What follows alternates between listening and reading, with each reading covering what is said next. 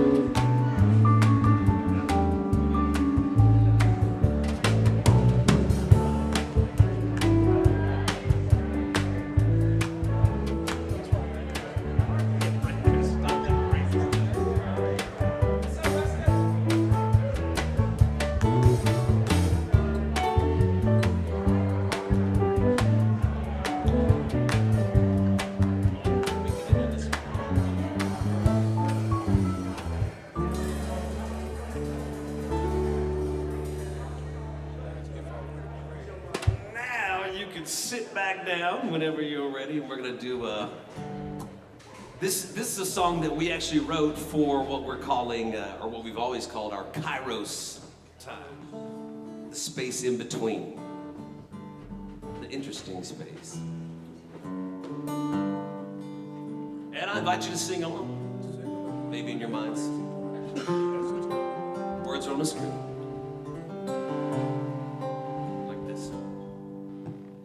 If I were to pray, if I were to pray, in the breaking of the morning, the dying of the day, what would I say? What would I say? What would my heart speak if I were to pray? If I were to sing, if I were to sing, if my soul could give some honest stuff.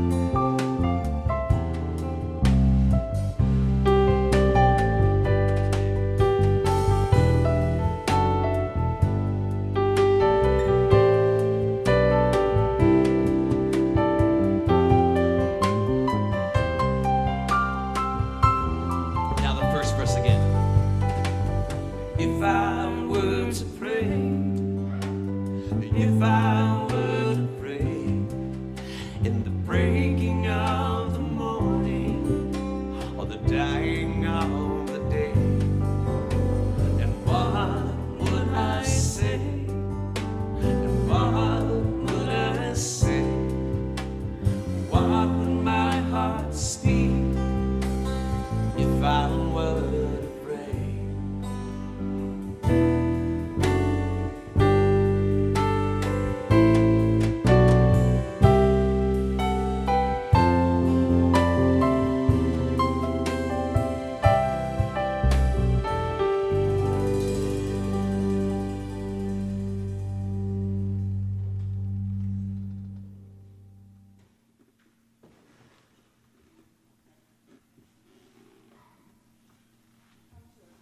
Prayer, so would you close your eyes and just be still for a moment?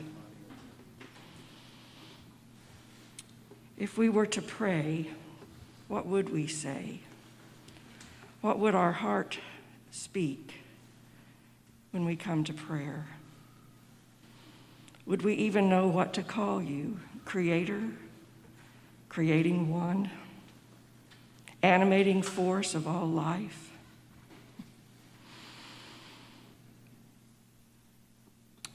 We're here, and how nice it is to be together, to lay eyes on one another and to know that others gather with us online. For we share this in common, that we are on a quest, this quest of life itself. Whether long or short, dramatic or ordinary, this life we live, it calls to us to live it more deeply.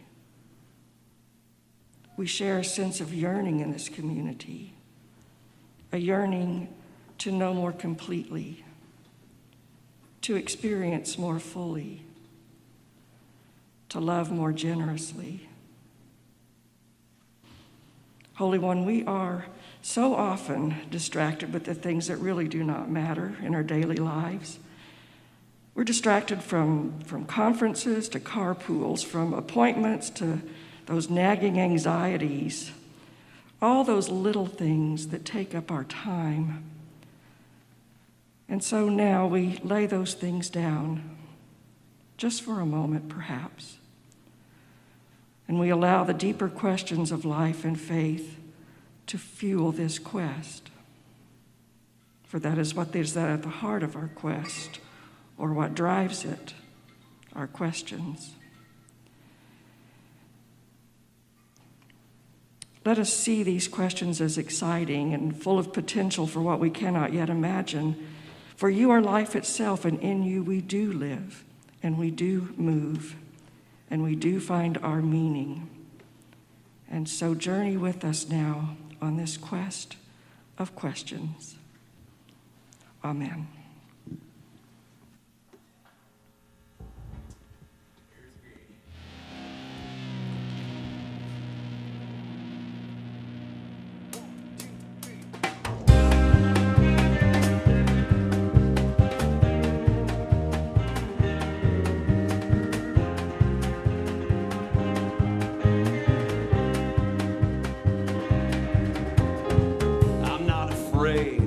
I'm good with God. I got my sins, in fact, I've got a lot. I got a soul that's good and flawed. I'm good with God. I'm good with God. I'm not afraid. Got no regrets. I paid my dues. I paid my debts. I made a mess, but it's in my head. Got no regrets. Got no regrets. Goodness knows I've done you wrong. I'm not too gone to see. All's I know is I'm good with God. I wonder how she feels about me. I wonder how she feels about me.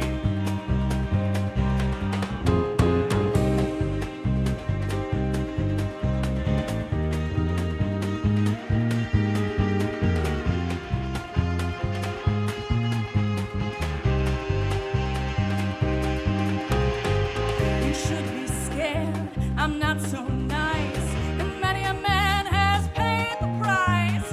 You're pretty thick, so I'll tell you twice. I'm not so nice,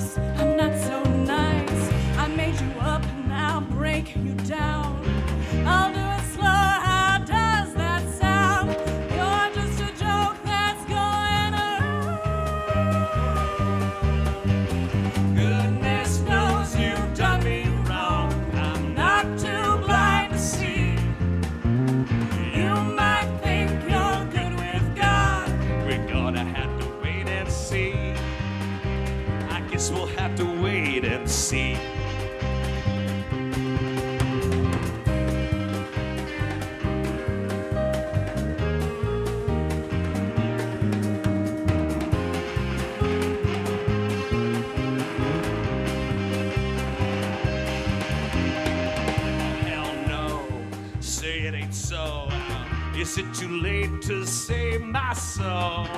Where do the busted angels go?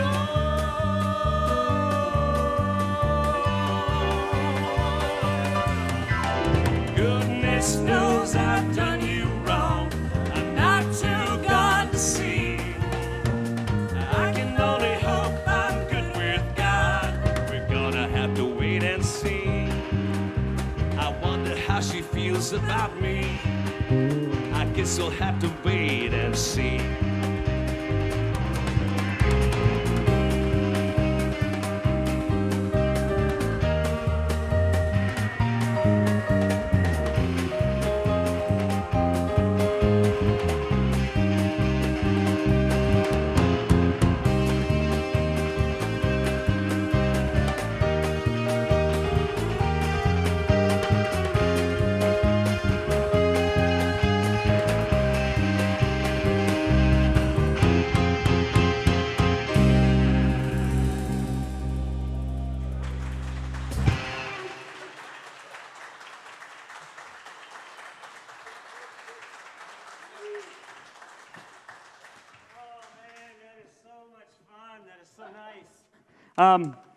Hey, we're going to do that next week in the sanctuary. I suggested we do that song in the sanctuary. What a weird song, right? I mean, it's a great song. What a strange song to do in the context of a worship service. But, and of course, as we love to talk about in 1111, the way in which we've always structured these services is sort of in the very nature of what we're talking about this morning. One of our great movements in the 5.5 movements of 1111, one of the great movements is the questions we ask. All of our answers questioned, all of the things we think we question, we look for another way of seeing them. And so we throw up a song like this because it throws out a great question to be thinking about. Sort of the messiness.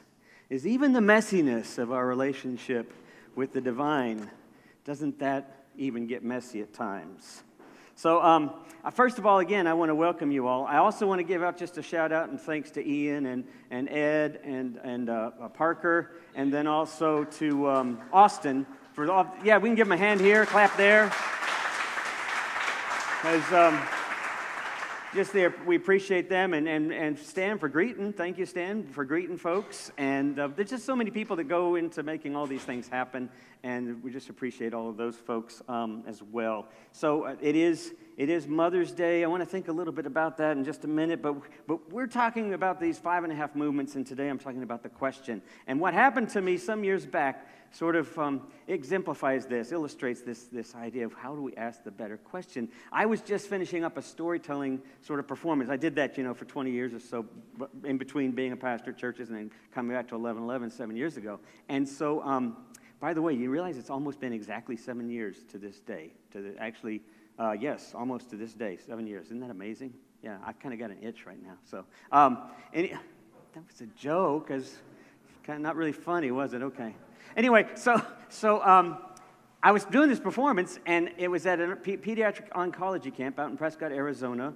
Brad's been out there with me, too. It was a great camp, Camp Rainbow. And as I was finishing up just a concert for the whole camp, this girl came up to me, 14-year-old, came up afterwards, and she just looked right at me, and she said, "So, Tom, how many ways can we see God?" Now, I didn't talk about God. I wasn't talking about spirituality. I was telling trickster tales. I was telling animal tales. I told a couple of ghost stories. I told some empowering women's stories. I did a couple of fun songs for the camp to sing together. This was like one of those moments where somebody kicks the chair out from under you, or you're driving along on the road and somebody steps out into the lane and you slam on the brakes. I mean, this was like a wake-up call kind of thing. It just took me by surprise. And we get a lot of those from time to time, which just as a side note, as we heard a phone going off, I don't remember, it was over here somewhere, but which is fine. I'm not inviting you all to let your ringers go off at any time, but it's always interesting, isn't it? What's the first thing that happens when we experience something out of the blue or something that's interrupting something, right? We react. We experience it as sort of a reaction. What's that coming from? Oh, somebody needs to turn that off. But I want to suggest that what asking a better question is all about is trying to catch ourselves as we react and then to respond in a different way, to see those moments as invitations, as wake-up calls, if you will, as a way to sort of go, oh, yes, Thank you, and just be appreciative of that moment and then step into that with a different perspective. That's really what asking a question is all about.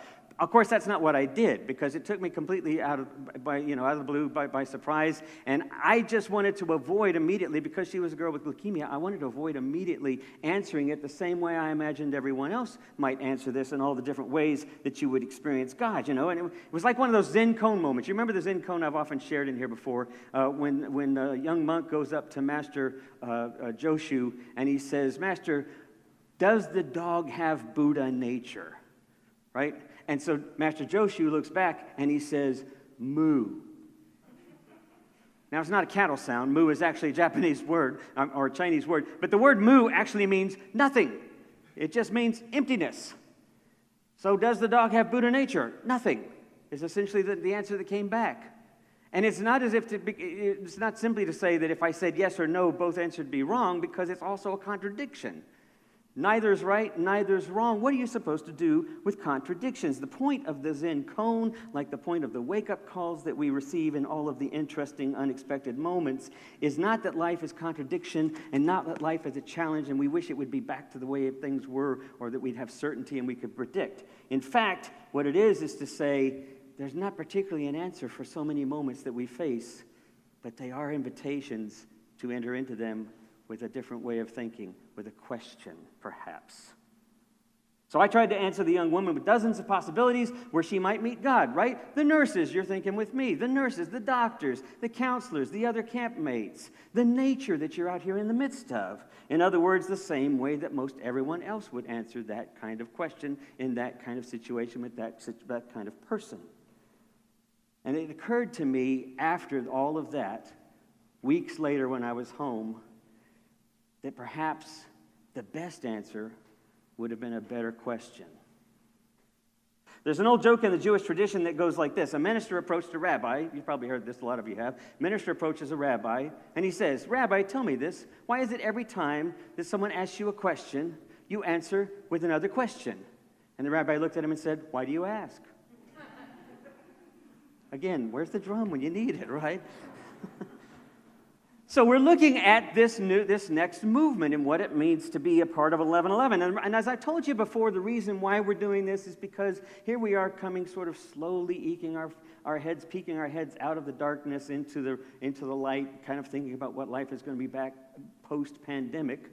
And so as we're coming out of this, we also have this chance to sort of think about who we are as a community, who we are as individuals, why we are here, what we're all about. And so it occurred to me we have sort of some central themes that are part of who we are. There's always been a part of who we are as 1111. One of those was last week, come, whoever you are. It's part of our welcome. Wanderer, worshiper, lover, everybody's included. Everyone is included. There's openness here.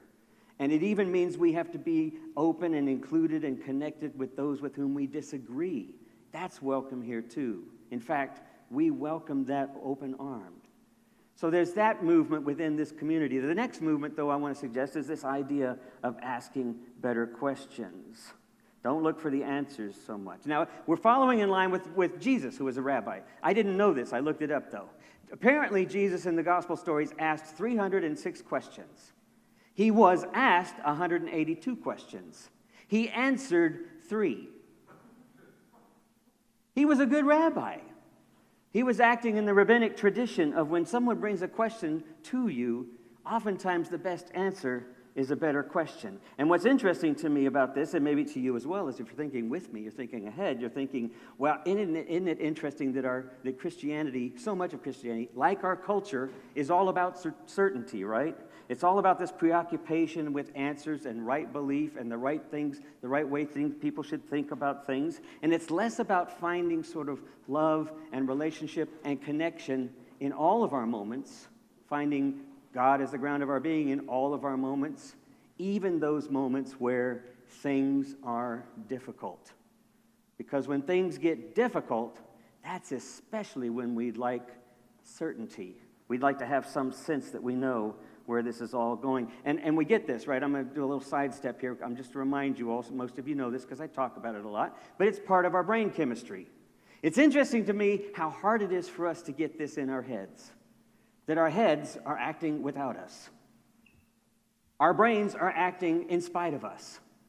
The brain chemistry is reacting to things that we don't even realize. Even if we're fine-tuned and disciplined and as aware as we can possibly be, we still have this tendency to react because it's a part of our brain chemistry. Our oldest and most undeveloped and yet most solid part of our brain is the brainstem and the amygdala, and it's always reacting to things out of its need to preserve us, protect us, and either ready us for a fight or ready us for flight. Right? And this happens to us hundreds of times a day.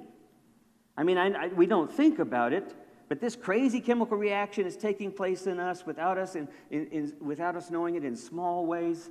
We rarely run into saber-toothed tigers anymore.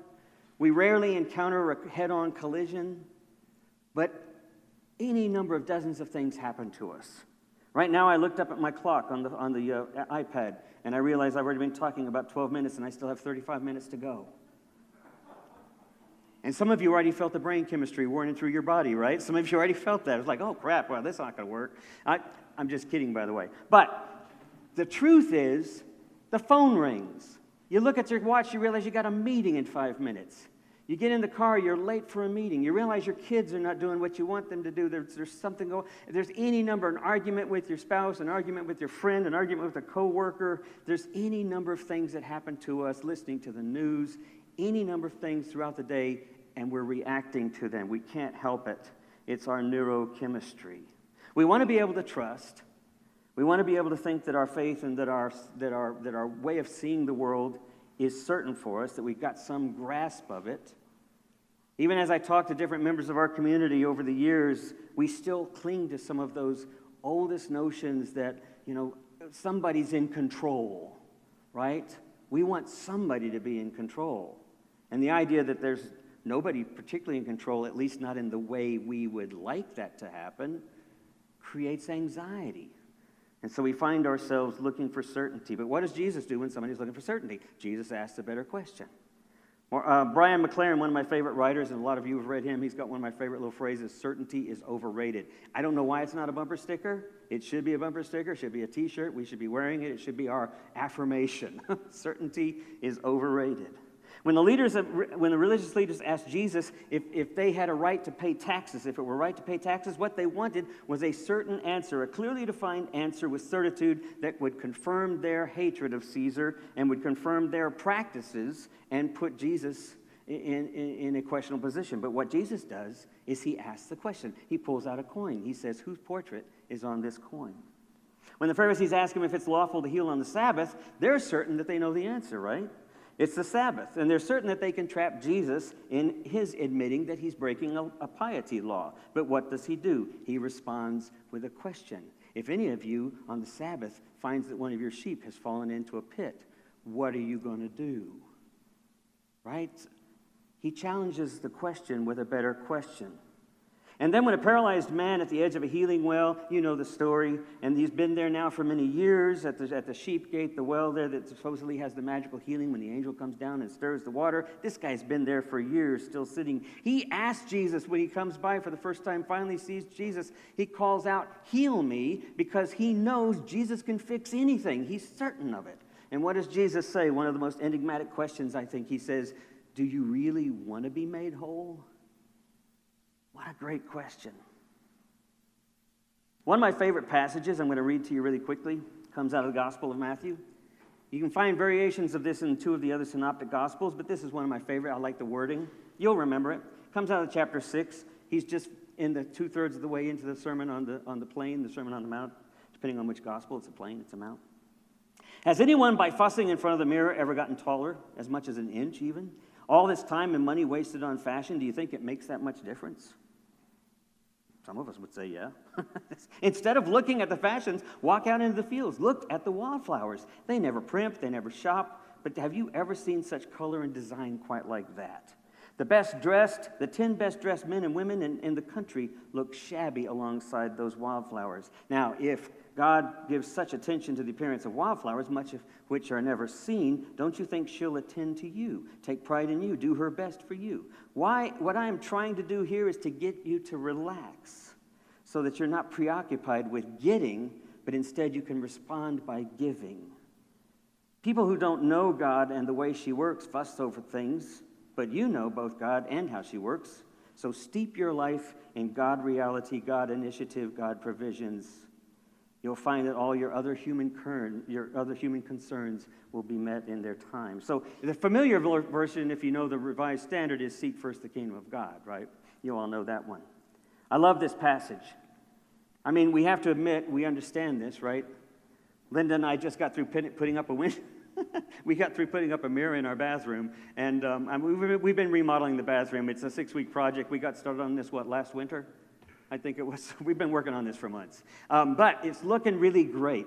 And, of course, the wonderful thing about having a project that lasts forever is that it doesn't matter what it looks like. It's always going to look better than it's been looking. But we put up a mirror, and it's this beautiful mirror. Okay, I'm going to be humble here, a little vulnerable here. We put the mirror up. The mirror straddles the two sinks, right? So the mirror's edge is right in the middle of the sink.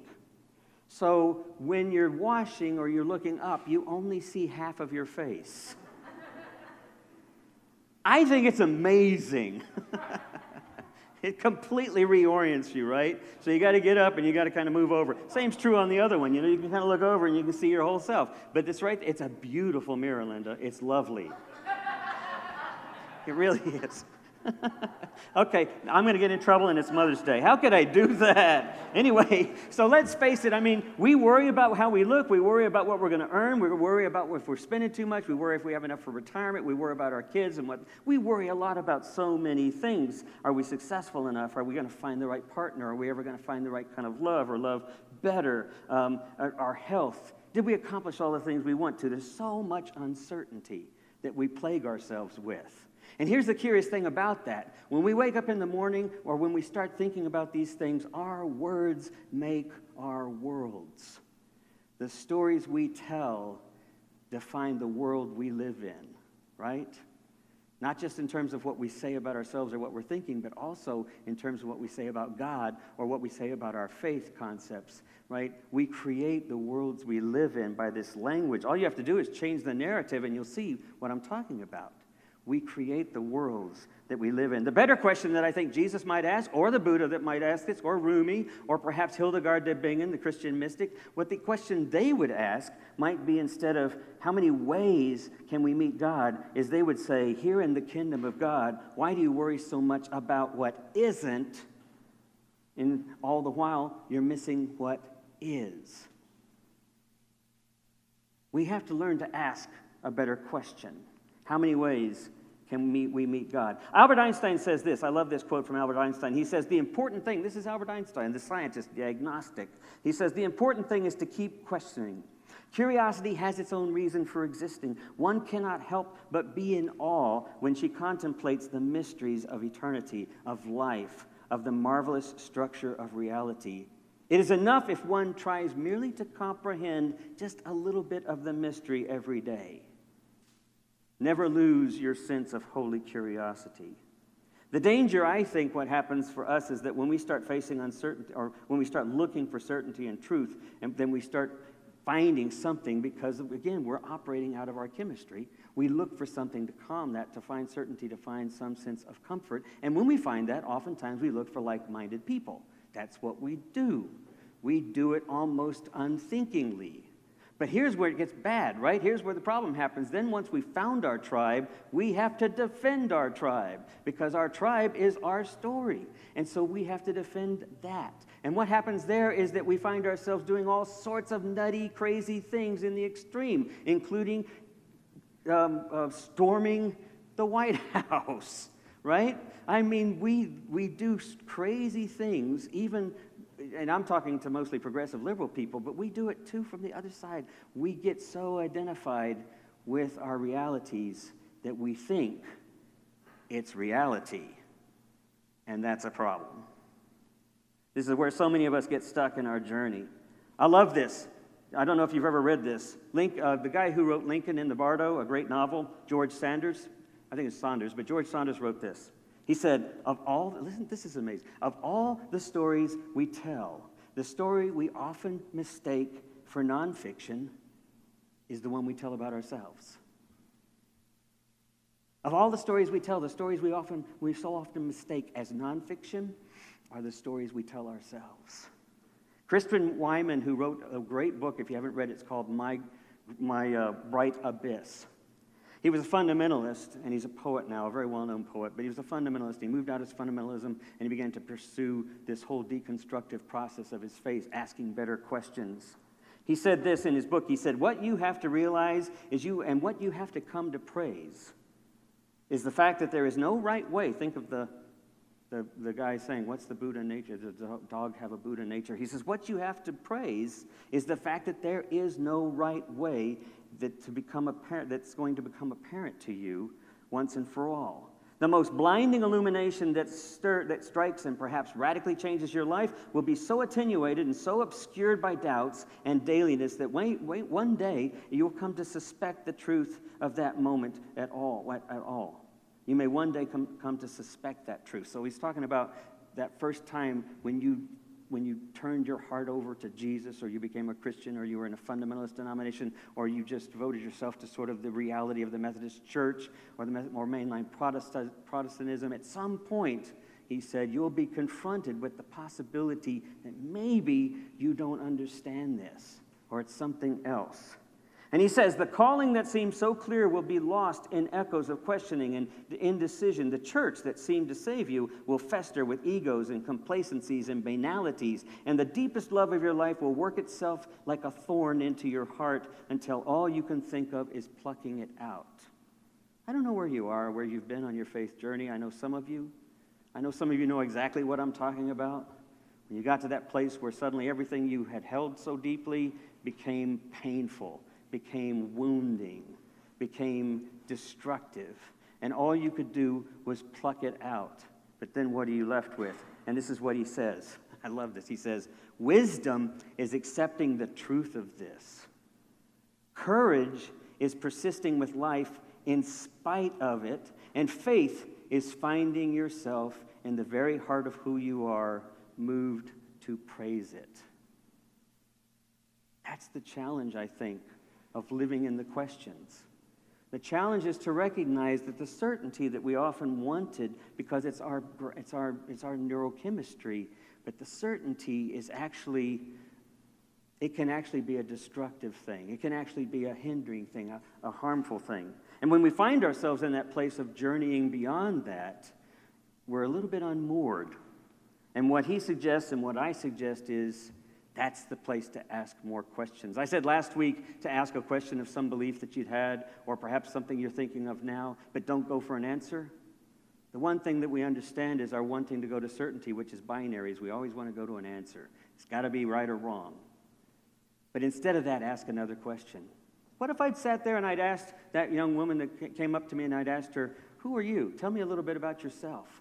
If I learned more about her, she would tell me where she's already found God, right?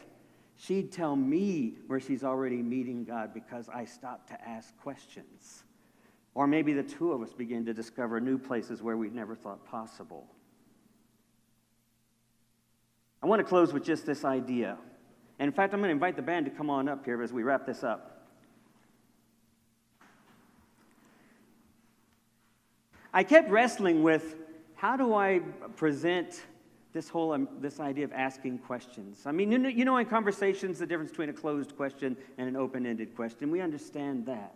What we may not understand is the ability that we have to move beyond our fixed ideas by simply asking more questions, by simply inviting other perspectives, looking at it different ways.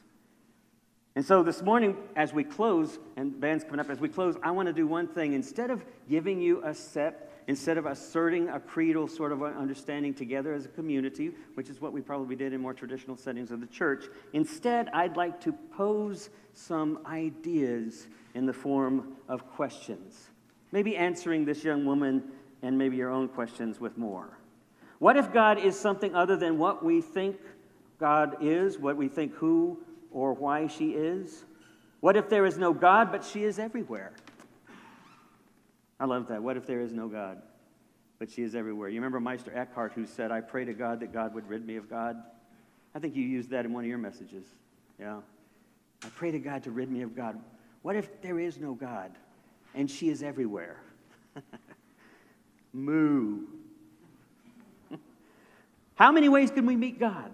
What if God is creativity no less in each of us than in all of the universe? How many ways could we meet God? What if being Christian is so much less about what we believe and so much more about what we do? How many ways could we meet God? And what if faith comes to life not in the answers that we cling to, but in the better questions that always open up our minds and hearts to others and to the moment that we're in? How many ways could we meet God? What if we got the story all wrong? What if life isn't about us individually, or isn't about us separated from one another, or us separated from the ground of our being, in fact? What if, in fact, it's a story about the inexorable, intricate interconnectedness of all of us and everything being a part of this ground of our reality that we are such a small part of? We're no longer the center of the universe. We're a piece of the universe. How many ways could we meet God? And what if we knew our purpose? What if, in fact, we had a place, regardless of who we are or how we are or what we are, that we have a place to explore these questions, these realities, these understandings and misunderstandings? And what if that place is here? How many ways could we meet God? And what if we lived as if all of this were in fact true? Amen.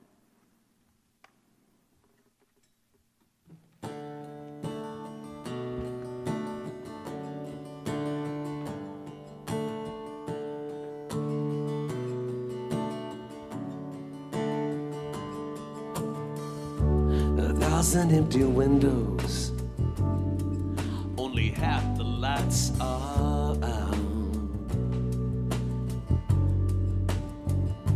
Wonder what these people's lives, what they might be all about. Do they got another? Could they have a family?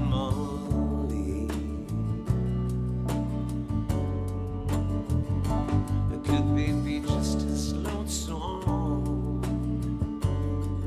as you and me?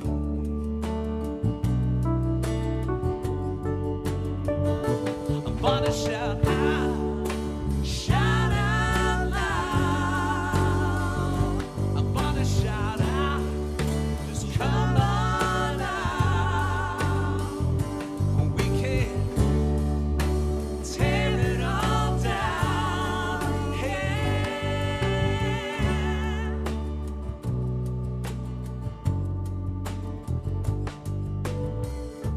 White lights that burning down an empty avenue. I wonder if their driver has found someone he could go home to. I just wanna shout out loud. Hey, why don't you all just come on out?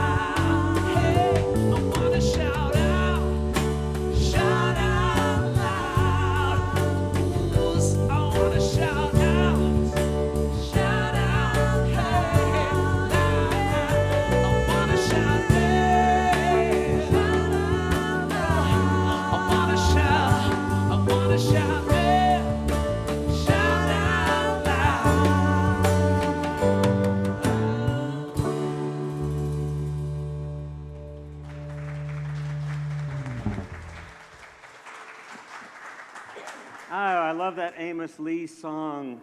And we all must find our own way. I love that this idea of course, we find our own way. We do this together, but I can't fix you, and I can't change your story. Only you can. You can't fix me. And I wish you could, but I have to fix myself, right? I have to understand my own relationship and my own connection. But what we recognize as part of the ground of being is that we are all pieces of that same connection. We are all pieces of that same reality. And the more that I can be a reflection of what is possible in this moment, how many ways can we meet this moment as divine, the more I think you can too. So, hear the blessing then. Go in pieces. Our task is ended. Certainty is transcended into something unknown and new. So go in pieces. And as we are unraveling, we are still traveling together into a life that is larger than our illusions and our confusions, where they and them become us, and we can then begin to see and feel and freely share this world anew. So, go in pieces. Amen.